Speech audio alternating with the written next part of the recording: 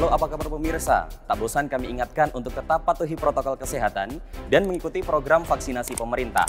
Semoga Anda yang berada di rumah atau dimanapun Anda berada mengikuti hal yang sama. Dan semoga kondisi terbaik menyertai Anda. Bersama saya Alveno Hairur akan mengabarkan informasi teraktual seputar Universitas Negeri Surabaya dalam Jendela UNESA. Musyawarah Nasional kelima APPKHI dan Konferensi Internasional Mitigasi Bencana pada Individu Difabel.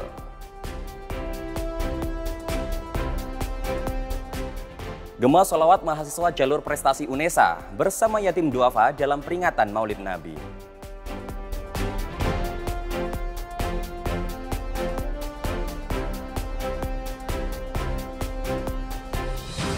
Dan pemirsa, inilah informasi selengkapnya.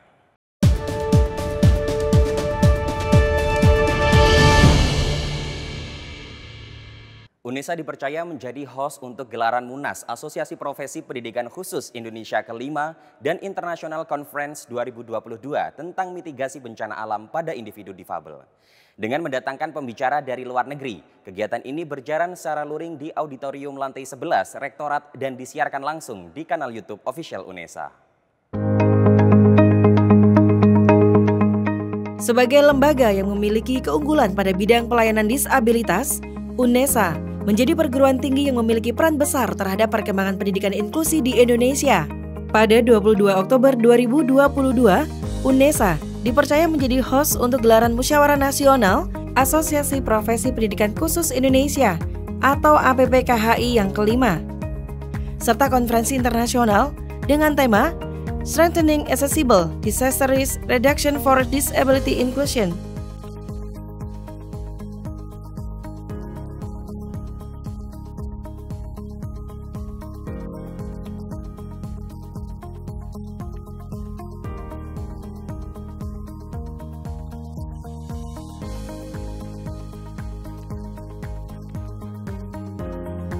Diawali dengan penampilan seni tari remo, tari lenggang Surabaya, dan penampilan lagu diiringi isyarat bahasa Indonesia dari mahasiswa disabilitas UNESA.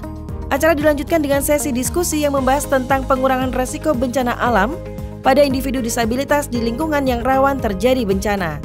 Kegiatan Munas berlangsung selama 2 hari pada tanggal 22 hingga 23 Oktober 2022. Hasil dari diskusi pada Munas APPKHI dan International Conference 2022 akan menjadi rekomendasi bagi pihak-pihak terkait sebagai bahan penyusunan kebijakan regulasi maupun praktek pelaksanaan pendidikan inklusi di seluruh dunia, khususnya di UNESA.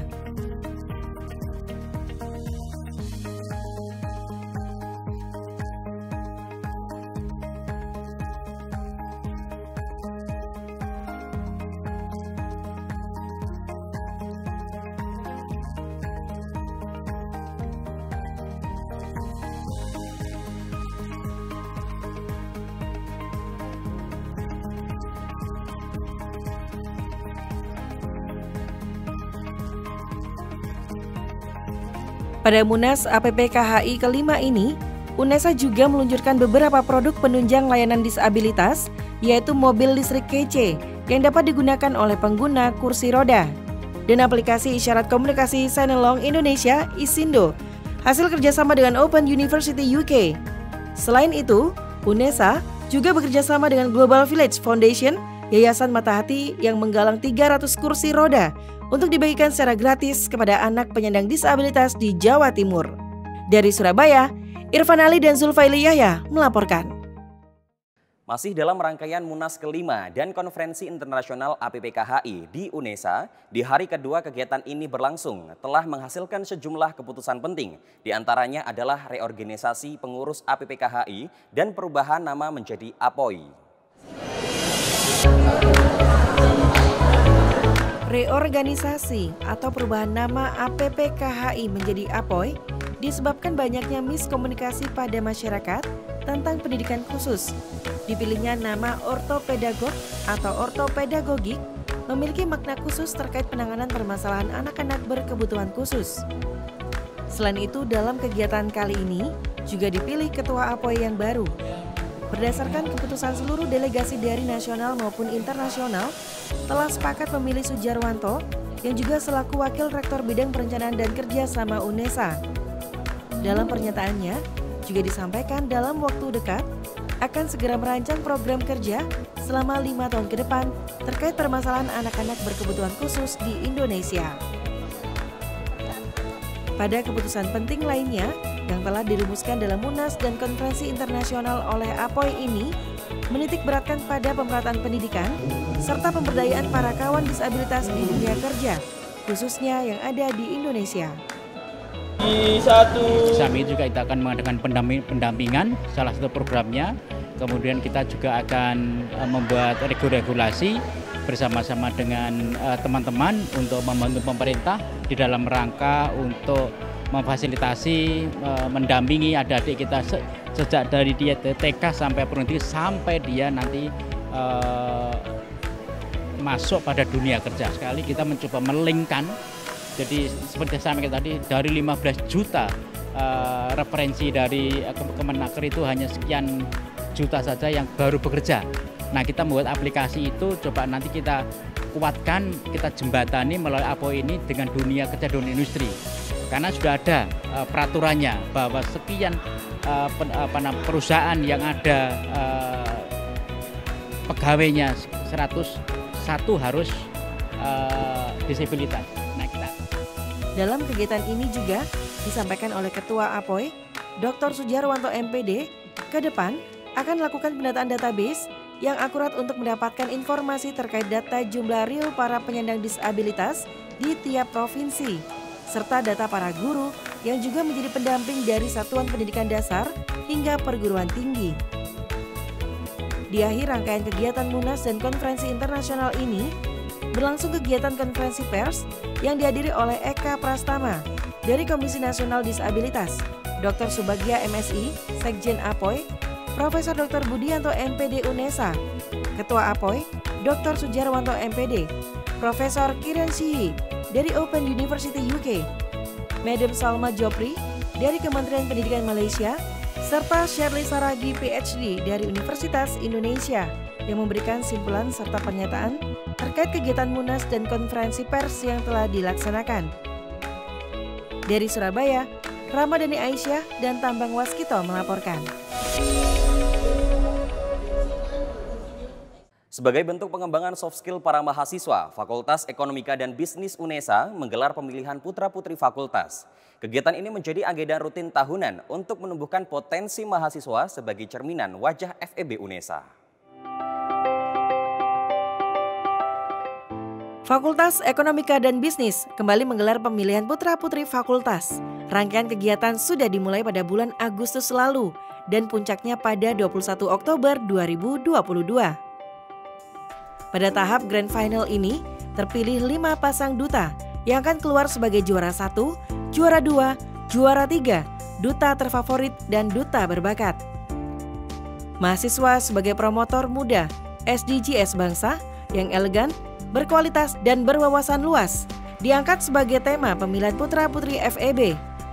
Sustainable Development Goals atau SDGs yang diangkat menjadi tema besar merupakan wujud kepedulian mahasiswa FEB terhadap program-program yang digaungkan pemerintah.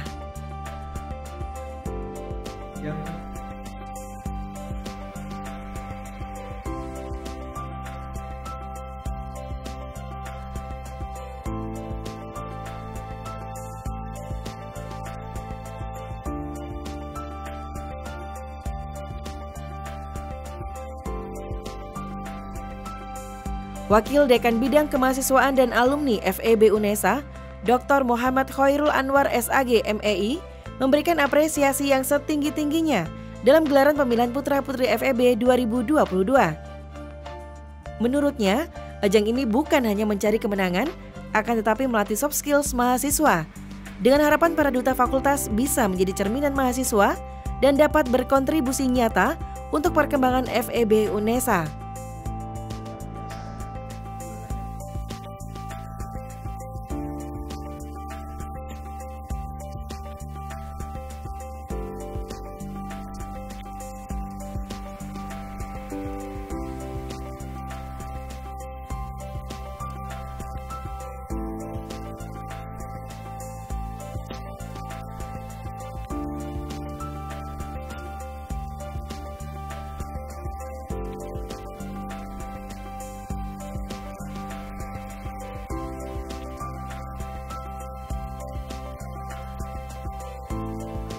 Selain itu turut hadir Wakil Dekan Bidang Umum dan Keuangan FEB UNESA, Dr. Susanti SPD MSI, yang berpesan kepada duta terpilih untuk senantiasa membawa marwah FEB UNESA serta menjaga karakter, sikap, dan etika.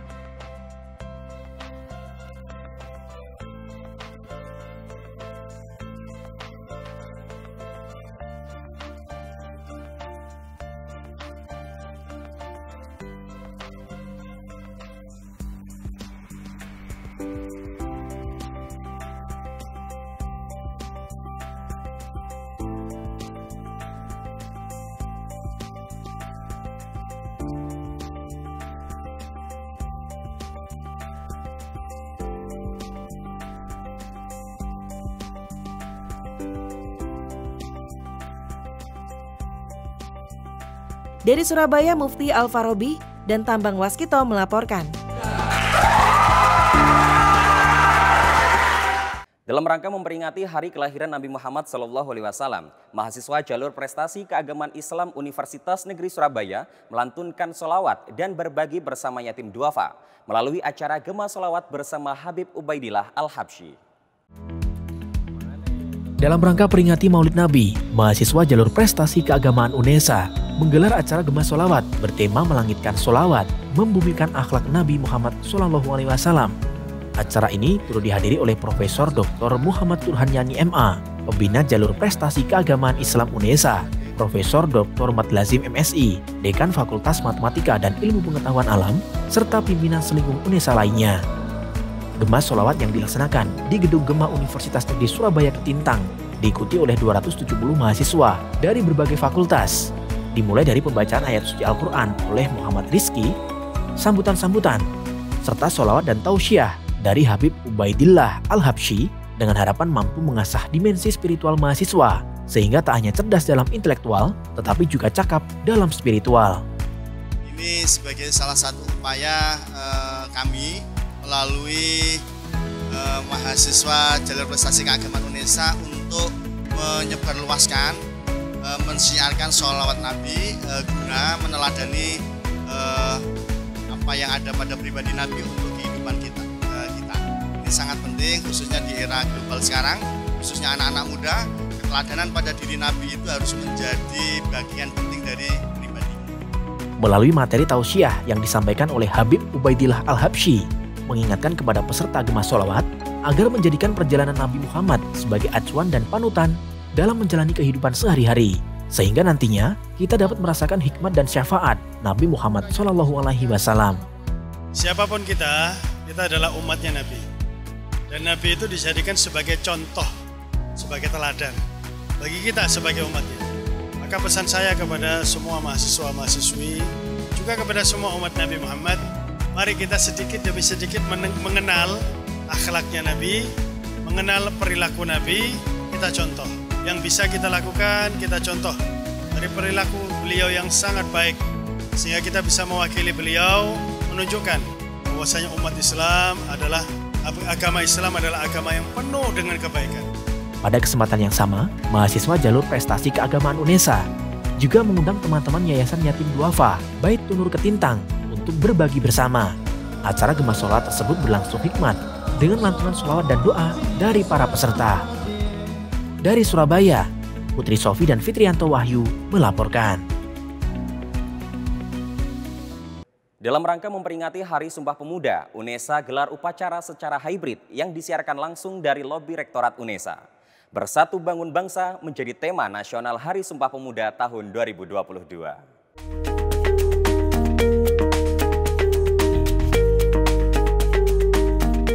94 tahun lalu, terjadi peristiwa heroik bersejarah di Indonesia.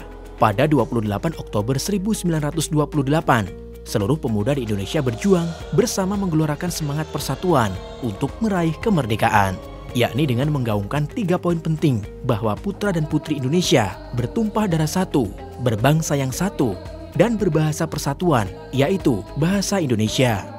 Dekan Fakultas Ilmu Olahraga UNESA, Dr. Setio Hartoto MKes, yang juga selaku pembina upacara kali ini, membacakan sambutan Menteri Pemuda dan Olahraga Republik Indonesia. Inti dari sambutan Menpora RI tersebut diantaranya berkaitan dengan kondisi saat ini, di mana Sumpah Pemuda memberikan pelajaran bagaimana menyikapi perbedaan sikap, primordial, suku, agama, ras, kultur, serta berbagai kepentingan yang menjadikan kekuatan bukan sebagai faktor yang melemahkan.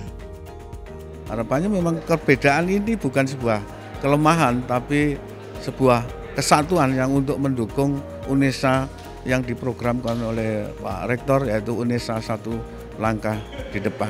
Sehingga dengan semangat bersatu bangun bangsa, UNESA sebagai kampus PTNBH gelorakan spirit kemerdekaan, kolaborasi, inovasi, dan semangat UNESA satu langkah di depan untuk Indonesia maju harmoni. Dari Surabaya, Tia Ezar dan Tambang Waskito melaporkan.